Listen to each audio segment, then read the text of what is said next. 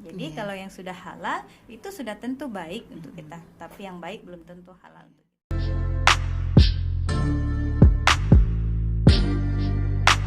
Assalamualaikum warahmatullahi wabarakatuh. Halo sahabat semuanya, selamat datang di podcast Pogja Lubiren, lebih dekat dengan umat.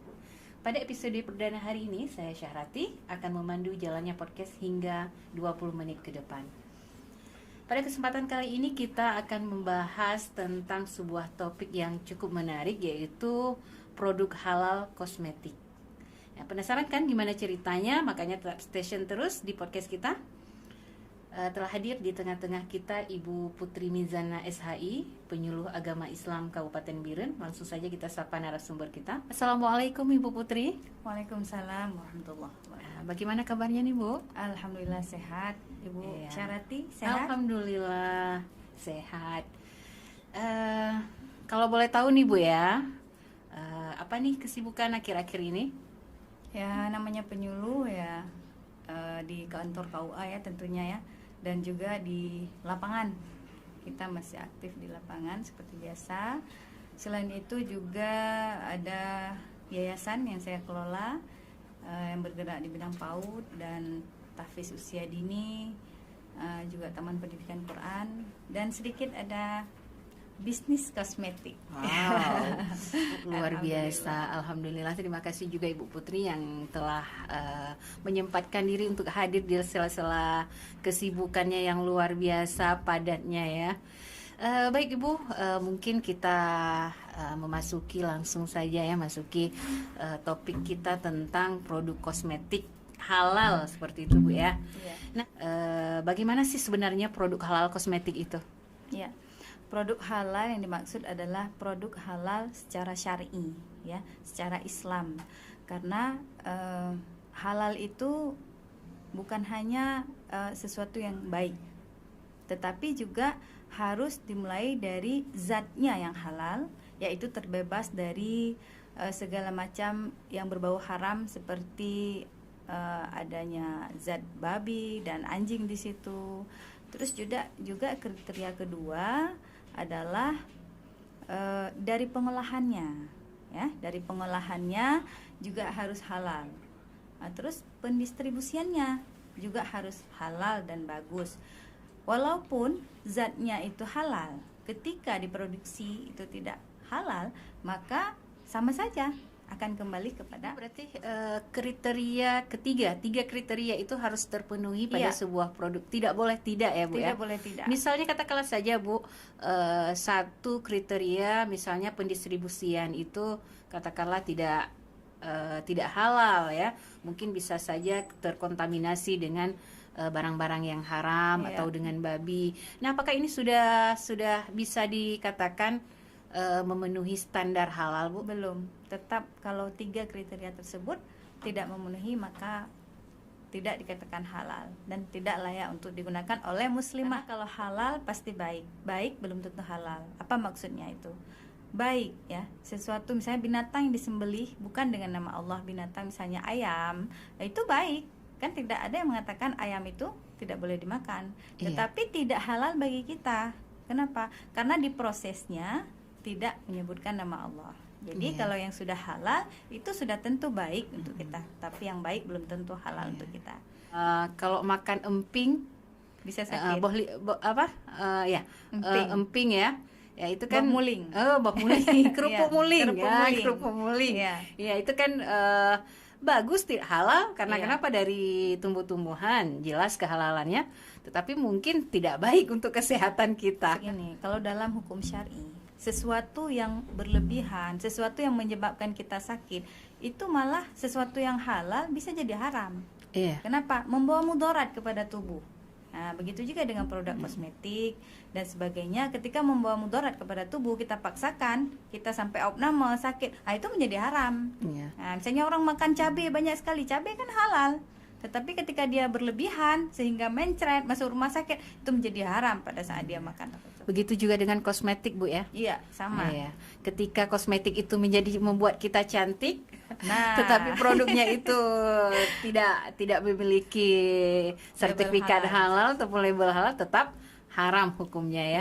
Baik Ibu, mungkin bisa dipaparkan lebih lanjut kenapa sih kita harus menggunakan kosmetik halal?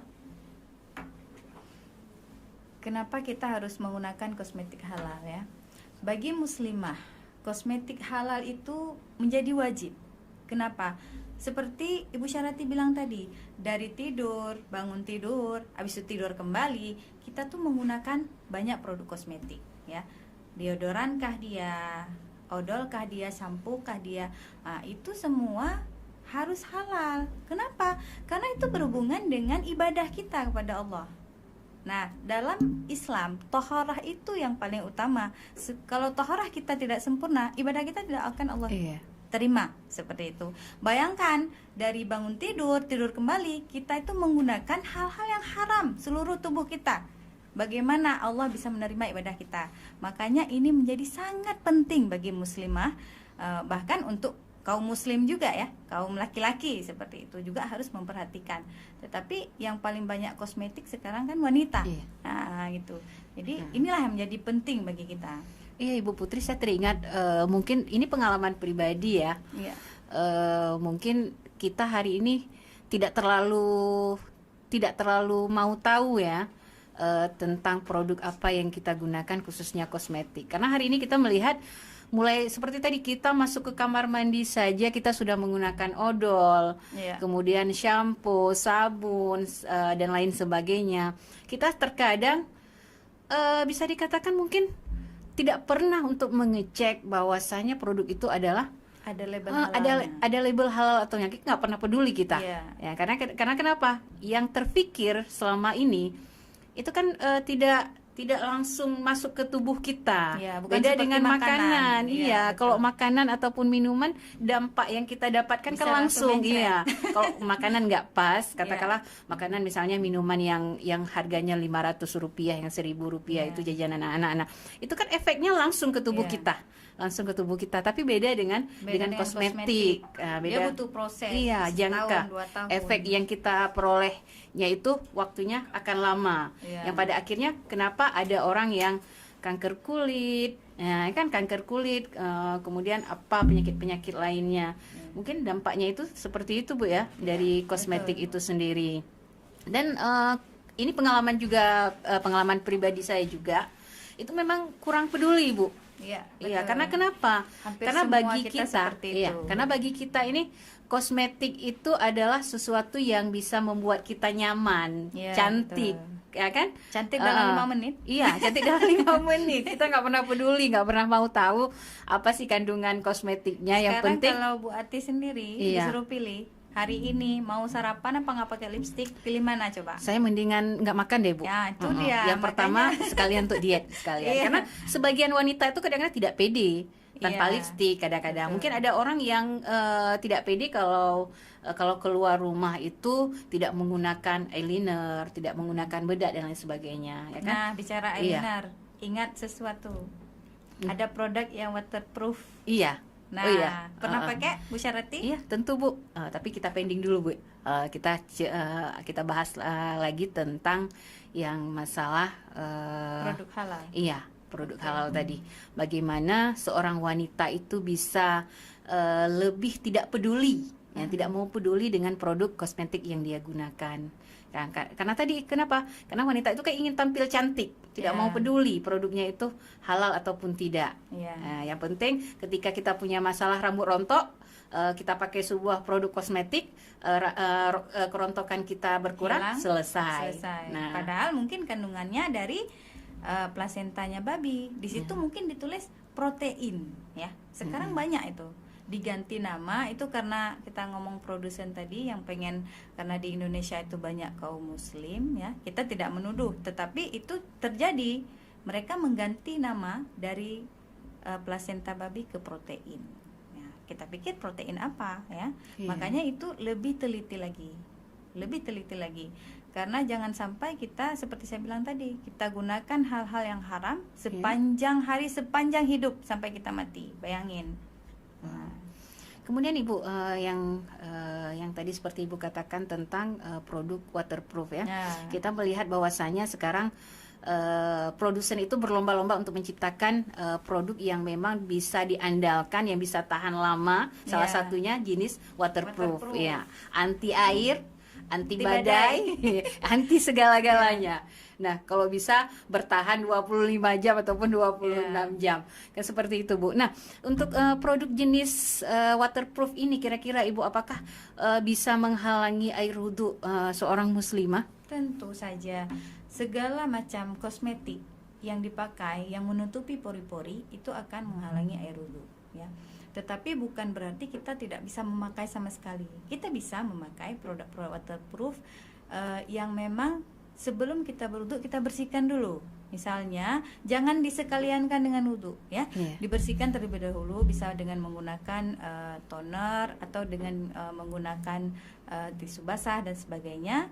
Ketika eyelinernya sudah bersih seperti itu, sudah polos, baru kita berwudhu seperti biasa. Nah, lotion pun yang waktu kita basahi dengan wudhu itu masih licin, itu air wudhu belum masuk. Tidak belum sah, masuk, Bu, ya? Tidak sah. Jadi harus dibersihkan dulu. Setelah kira-kira tidak licin, baru kita berwudhu. Nah, Ibu Putri, apabila kita menggunakan make up, dan kita berwudhu dulu ya, kita berwudhu dulu, kemudian kita menggunakan make up, kita salat, itu salat kita sah tidak? Sah, karena kenapa? Wudhu tadi kita sudah sempurna.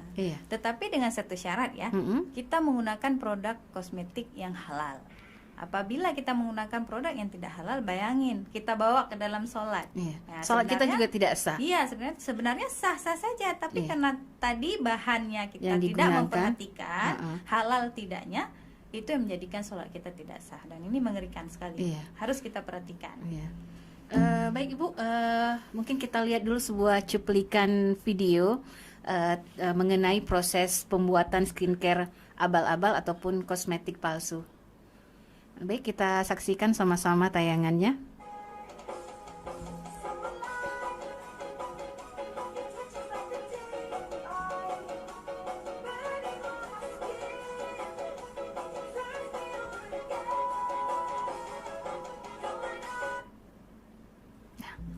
Ya Ibu, tadi kita sudah melihat sebuah cuplikan video tentang proses pembuatan skincare abal-abal ataupun kosmetik palsu.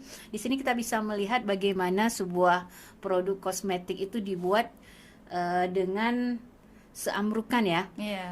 Tidak mulai layak dari untuk dipakai sebenarnya. Itu mulai dari bahannya, kita tidak tahu apakah zatnya itu mengandung bahan yang haram ataupun tidak.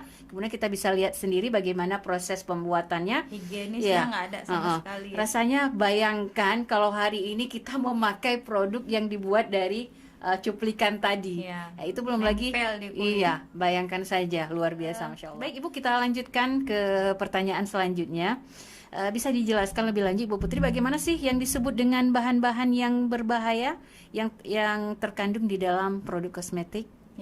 Ada beberapa bahan yang memang sudah umum, ya, kita mendengarnya, seperti merkuri, ya, hidrokinon, bahkan formalin sekarang yang untuk diawetkan mayat itu kita pakai ke tubuh kosmetik. kita. Bayangin saja, ya, itu dampaknya apa? Itu dampaknya jangka panjang, ada yang jangka pendek juga, bahkan, ya, bisa menyebabkan kanker kulit, bahkan gagal ginjal dan sebagainya.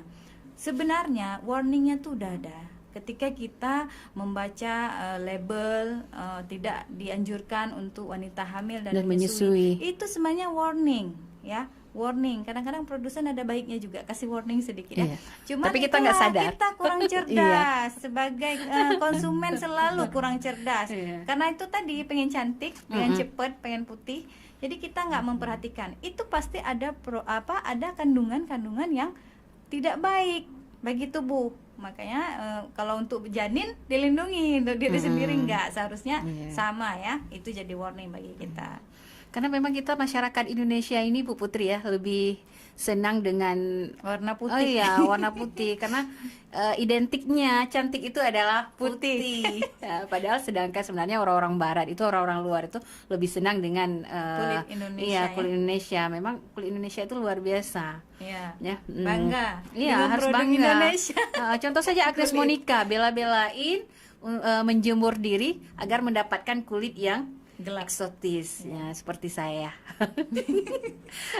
Baik Bu Putri, jadi bahan-bahan yang terkandung ini sebenarnya sudah bisa dilihat dari komposisinya Bu ya. Iya, bisa. Itu sudah semua kan jelas. ditulis biasanya. Kemudian seperti ini Bu Putri, apakah label halal yang ada di Ditempel di kosmetik itu sudah menjamin bahwasanya produk itu benar-benar aman dan halal untuk digunakan oleh muslimah khususnya? Harusnya seperti itu, karena memang kita kan punya lembaga ya, seperti MUI yang memang menjamin kehalalan sebuah produk seperti itu. Dan itu prosesnya panjang. Saya ingat itu pernah bekerja sama dengan Disperindak di Biren itu untuk menilai keripik saja. Itu sangat panjang prosesnya. Bahkan harus menggunakan minyak goreng yang seperti yang bersertifikat halal juga, seperti itu. Besok cara airnya, bahkan airnya pakai air apa Bu? Air sumur kah, air pam kah gitu kan? Sampai ke segitunya itu diteliti. Baru label halalnya turun. Jadi kalau orang pakai minyak curah itu nggak akan turun. Walaupun itu bukan hal yang haram sebenarnya, tetapi tidak akan turun label halalnya. Jadi berarti segitu perhatiannya pemerintah untuk ketatnya. Berarti tidak sembarangan untuk menetapkan sebuah produk itu halal atau haram. Tapi sekarang banyak Bu yang beredar mencantumkan label halal di produk mereka, tetapi tidak halal. Tidak halal, tetapi mereka tidak mengkantoni. Mungkin ada cara lain Ibu agar masyarakat bisa lebih cerdas untuk mengetahui, lebih teliti untuk mengetahui bahwa ini memiliki label yang asli ataupun yang palsu. Sebenarnya kalau memang yang asli, ada juga selain label halal itu ada barcode. Barcode ya. Barcode. Habis itu ada juga kandungan. Biasa kandungan mereka nggak akan menipu. Babi pun mereka tulis di situ. Cuman kita yang harus teliti. Kita setiap beli produk itu kita search dulu lah. Harus pinter. Ini kandungannya apa ya? Kita search dulu di internet. Kan sekarang googling tuh udah mudah sekali ya. Jadi mungkin itulah beberapa tips ya yang memang harus kita perhatikan seperti itu. Apalagi berarti sekarang yang kosmetik yang beredar yang di dalam kemasan kecil-kecil itu tidak ada komposisi. Tidak ada. Itu sudah jaminan bahwa ini adalah produk yang abal-abal. Tapi yang tidak habis pikir Bu Putri, itu masyarakat masih juga sangat tertarik dengan produk-produk semacam itu, dengan alasan kenapa bisa ataupun mampu membuat glowing kita itu dalam waktu yang sangat singkat sesingkatnya. Kita berharap tidak ada lagi. Kalaupun tidak mau, mereka tidak pedulilah kepada agama kita. Pedulilah kepada syar'inya kita ya, hukum dalam Islam kita. Jadi kalau nggak peduli dengan orang yang bilang orang lain yang menegur, tapi kita harus kembali lagi ke agama kita. Agama kita tuh udah kafah sekali dalam mengatur segala lini kehidupan, termasuk dalam kosmetik ini. Mungkin Ibu Putri bisa memaparkan beberapa tips untuk kita memilih produk kosmetik halal itu bagaimana? Kita ada beberapa tips memilih produk yang halal lagi baik ya. Yang pertama, bisa dilihat perusahaannya ya. Perusahaan besar yang memang sudah ada iklannya di televisi, biasanya di Indonesia itu sudah ada label halalnya. Karena tidak mungkin mereka berani dalam jumlah muslim yang sangat banyak di Indonesia untuk mengiklankan produk yang tidak halal seperti itu. Yang kedua, kita bisa melihat seperti salah satu produk ini ya, kita bisa melihat ada label halalnya, memang ditempel. Ini sekalian barcode-nya yang saya bilang tadi. Nah, jadi ini bisa di-scan barcode-nya. Jadi jelas ya. Benar nggak ketika kita scan, benar nggak produk ini yang keluar, terdaftar nggak dia? MUI ataupun BPOM. Jadi jangan hanya melihat tulisan halal saja yang ha sama lam seperti itu, udah halal. Itu palsu ya, itu asli bisa tapi palsu. jadi aspal ya. Tetapi kalau seperti ini tuh nggak bisa menipu, karena konsumen cerdas dia akan cerdas memilih sebuah produk. Seperti itu mungkin beberapa tips ya. Dan tips selanjutnya mungkin bisa membaca isi Komposisi. kandungan komposisinya seperti apa, alami boleh alami, tapi kan belum tentu dia tidak berasal dari hewan yang haram seperti itu. Mungkin yang alami yang dari tumbuh-tumbuhan. Nah, itu yang lebih kita utamakan untuk kita pakai. Iya. Sedikit informasi kepada pemirsa bahwasanya MUI maaf sebelumnya, bahwasanya label halal Indonesia ini telah berubah itu pada tahun 2022, tepatnya pada bulan Maret, di mana label halal Indonesia telah ditetapkan oleh Badan Penyelenggaraan Jaminan Produk Halal ataupun BPJPH, Kementerian Agama, dan berlaku secara nasional. Ketetapan ini tertuang dalam keputusan Kepala BPJPH nomor 40 tahun 2022 tentang penetapan label halal sebagai pelaksanaan amanat pasal 37 Undang-Undang nomor 33 tahun 2014. Pemirsa bisa melihat logo halal baru ya, yang dikeluarkan oleh BPJPH. Ini bukan berarti ketika label halal ini sudah berlaku maka label halal yang dikeluarkan oleh MUI tidak berlaku, tetapi pemerintah menyediakan ruang kepada produsen baik itu makanan ataupun non pangan untuk bisa menggunakan logo yang lama hingga tahun 2026. Ya, jangan lagi bermasalah dengan keadaan logonya. Ini yang logonya terpenting halalnya. Iya, proses bukan halal logonya. Seperti yang kita bilang apapun tadi logonya, panjang. apapun logonya, yang penting halalnya. Halalnya yang iya, penting. Jadi walaupun mungkin beberapa pekan yang lalu itu heboh, ini kenapa harus diganti, ini seperti ini, tapi yakinlah prosesnya itu tentu memiliki filosofis kan, filosofis tersendiri mengenai logo yang baru ini. Ya, jadi setiap produsen insya Allah hingga 2026 masih bisa menggunakan logo yang lama. Ya baik, terima kasih Ibu Putri atas paparannya yang sangat luar biasa. Semoga bermanfaat, menjadi sesuatu yang pegangan pegangan bagi muslimah, khususnya dalam memilih memakai produk kosmetik. Saya Syahrati mohon undur diri. Terima kasih atas segala perhatian. Sampai berjumpa kembali di episode selanjutnya dengan tema menarik lain tentunya. Tetap cantik dan sehat bersama produk halal. Wassalamualaikum warahmatullahi wabarakatuh. Waalaikumsalam.